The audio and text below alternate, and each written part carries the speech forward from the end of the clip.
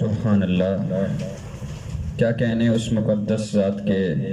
کیا کہنے اس جل جلالہ کے، جنہوں نے پہلی امتوں کا حال دیکھ چکے تھے، پہلے انبیاء کو بھیجا، پھر امتوں کو ان انبیاء نے اللہ کی طرف بلایا، اللہ کے دین کی طرف دعوت دی، توحید کی طرف دعوت دی، لیکن بہت کم ہوا کرتے تھے جو اس دعوت کو دل کے ساتھ تسلیم کر لیا کرتے، دعوت کو دل کے ساتھ تسلیم کر لیا کرتے، اور وہ لوگ بہت زیادہ ہوتے تھے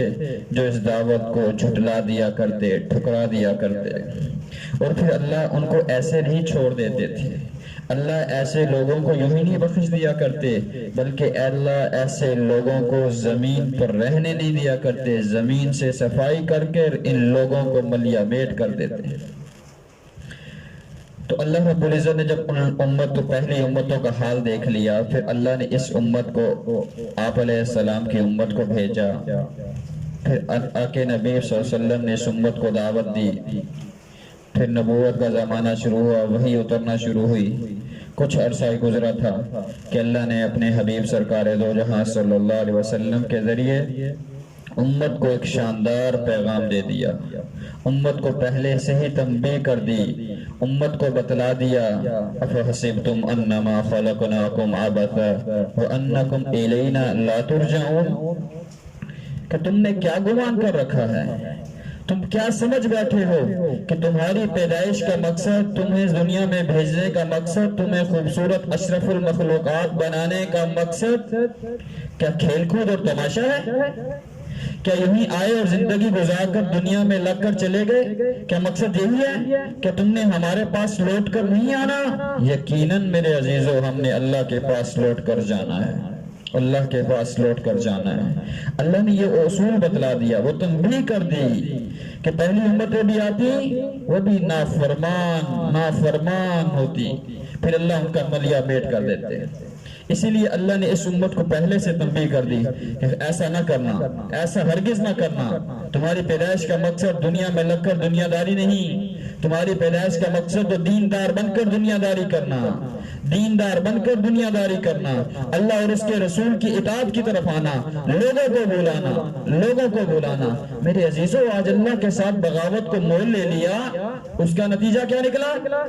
3 مہینہ ہو گئے ہیں، 3 مہینے تقریباً ہو گئے، لوگوں کے کاروبار بند، روزگار بند۔ جیسے پہلے مزدور اور غریب ہوا کرتا تھا، آج امیر کی حالت بھی ویسے ہی ہوتی جا رہی ہے۔ وہ امیر جنہیں اپنے مال پر، اپنی اولاد پر، اپنے پیسے پر، اپنی گاڑی اور اپنی کوٹھی پر گھمنڈ ہوا کرتا تھا، اللہ نے ان کے فخر کو، تکبر کو توڑ کر چکنا چور کر دیا، چکنا چور کر دیا۔ تو وباؤ کا آنا، بے موسمی بارشوں کا ہونا، ظالم حکمرانوں کا مسلمانوں پر جبر کرنا، حکومت کرنا، ظالمانہ حکومت کرنا، یہ سارے میرے عزیزو اللہ کی نافرمانیوں کی نشانی ہیں، اللہ کے ساتھ بغاوت کی نشانیاں ہیں، اللہ کے ساتھ بغاوت کا نتیجہ۔ اب تو عجیب بات تو یہ کہ جاہل ہو یا عالم ہو، پڑھا لکھا ہو یا ان پڑھ ہو،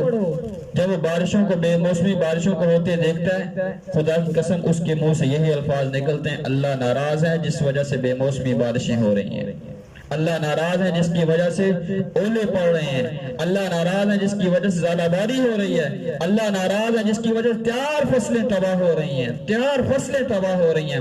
لیکن باوجود اس کے اس بات کو تسلیم بھی کر رہا ہے کہ اللہ ناراض ہیں، لیکن اللہ کو راضی کرنے کی طرف نہیں آ رہا، اللہ کو راضی کرنے کی طرف نہیں آ رہا، ان احکامات سے دور جن سے اللہ راضی ہوتے ہیں۔ زکوٰۃ فرض ہے، دیتا نہیں، اور جو دیتے ہیں وہ لینے والے پر احسان کر کے دیتے ہیں۔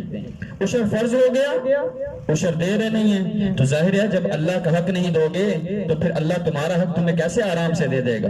کیسے گھر میں بیٹھے راحت کے ساتھ پہنچا دے گا؟ پھر اللہ بھی تمہیں دنیا میں اتنا تھکائے گا، اتنا تھکائے گا کہ تم تھک کر ہی مر جاؤ گے، لیکن اپنے مقصد کو، حصول کو نہیں پہنچ سکو گے، جو تمہاری ناجائز خواہشات اور چاہتے ہیں۔